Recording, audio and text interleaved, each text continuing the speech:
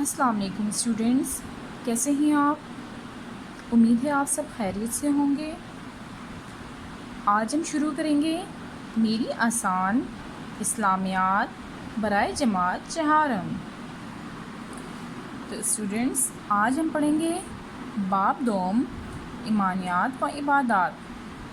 سبق کا نام ہے اسلام کے عقائد، صفحہ نمبر 11۔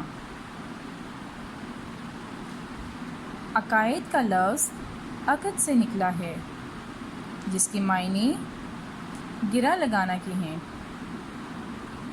یعنی کسی چیز کو مضبوط اور مستحکم کرنا۔ عقائد سے مراد یہ ہے کہ کسی بات کو سچے دل اور دماغ سے ماننا، اس پر یقین کرنا اور زبان سے اس کا اظہار کرنا۔ عقائد کے لیے ایمان کا لفظ بھی استعمال ہوتا ہے۔ اسلام کے بنیادی عقائد اجزائے ایمان بھی کہلاتے ہیں۔ ان تمام عقائد کو ماننا اور ان پر یقین رکھنا بہت ضروری ہے، کیونکہ ان میں سے کسی ایک سے انکار یا ان میں شک انسان کو اسلام کے دائرے سے باہر نکال دیتا ہے، اور وہ انسان مسلمان نہیں کہلاتا۔ جیسا کہ اللہ تعالیٰ فرماتا ہے، البر من آمن باللہ والیوم الآخر والملائکۃ والکتاب والنبیین۔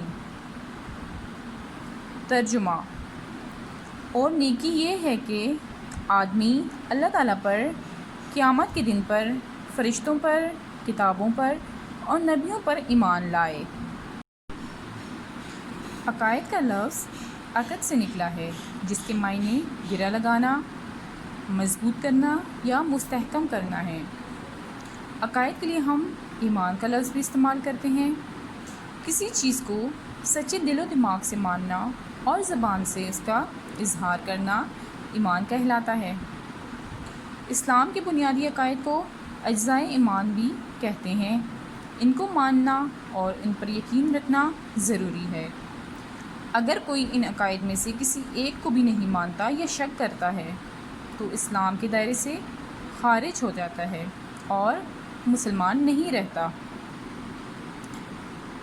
عقائد اسلام کا مختصر تعارف درج ذیل ہے۔ اللہ تعالیٰ پر ایمان۔ اللہ تعالیٰ پر ایمان کا مطلب یہ ہے کہ اللہ تعالیٰ ایک ہے، صرف اسی کی عبادت کی جائے اور کسی کو اس کا شریک نہ ٹھہرایا جائے، اور اس بات پر پختہ یقین کیا جائے کہ اللہ تعالیٰ نے یہ دنیا کی ہر چیز پیدا کی ہے۔ یہ اونچے اونچے پہاڑ، سورج، چاند اور ستارے سب اسی نے پیدا کیے ہیں۔ وہ ہر جگہ اور ہر وقت موجود ہے۔ وہی زندگی اور موت کا مالک ہے۔ وہی ہے جو ساری کائنات کو رزق عطا کرتا ہے۔ سارے جہاں کا انتظام اسی کے ہاتھ میں ہے۔ اس کا کوئی مددگار اور شریک نہیں۔ وہ تمام خوبیوں کا مالک ہے اور ہر طرح کے عیب سے پاک ہے۔ وہ ہمیشہ سے ہے اور ہمیشہ رہے گا۔ ایک دن یہ دنیا ختم ہو جائے گی، لیکن اس کی واحد ذات ہے جو باقی رہے گی۔ اللہ تعالیٰ پر ایمان لانے کا مطلب ہے کہ ہم اللہ تعالیٰ کو ایک مانیں، اس کی عبادت کریں، اس کے ساتھ کسی کو شریک نہ ٹھہرائیں، اور ایمان رکھیں کہ یہ دنیا، یہ کائنات اور اس کی ہر شے اللہ نے پیدا کی ہے، اور وہی ہر ایک کا مالک ہے۔ وہ سب کو رزق دینے والا ہے، زندگی موت کا مالک ہے۔ اس کی ذات تمام عیبوں سے پاک ہے۔ یہ فانی دنیا ایک دن ختم ہو جائے گی اور واحد ذات اللہ کی باقی رہے گی۔ اسٹوڈنٹس، اب ہم چلتے ہیں مشق کی طرف۔ سوالات کے جوابات لکھیے۔ سوال نمبر 1، عقائد اسلام سے کیا مراد ہے؟ عقائد اسلام سے کیا مراد ہے؟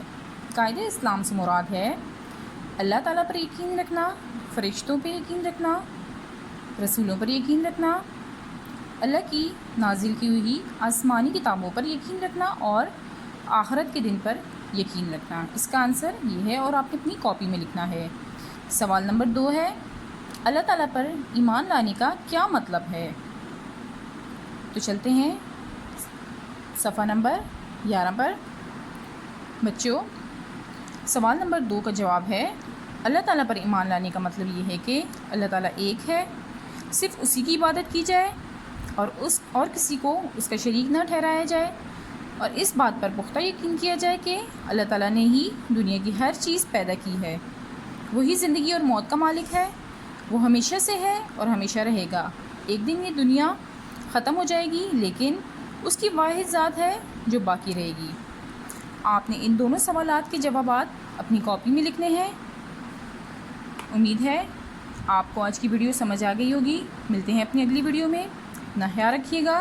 اللہ حافظ۔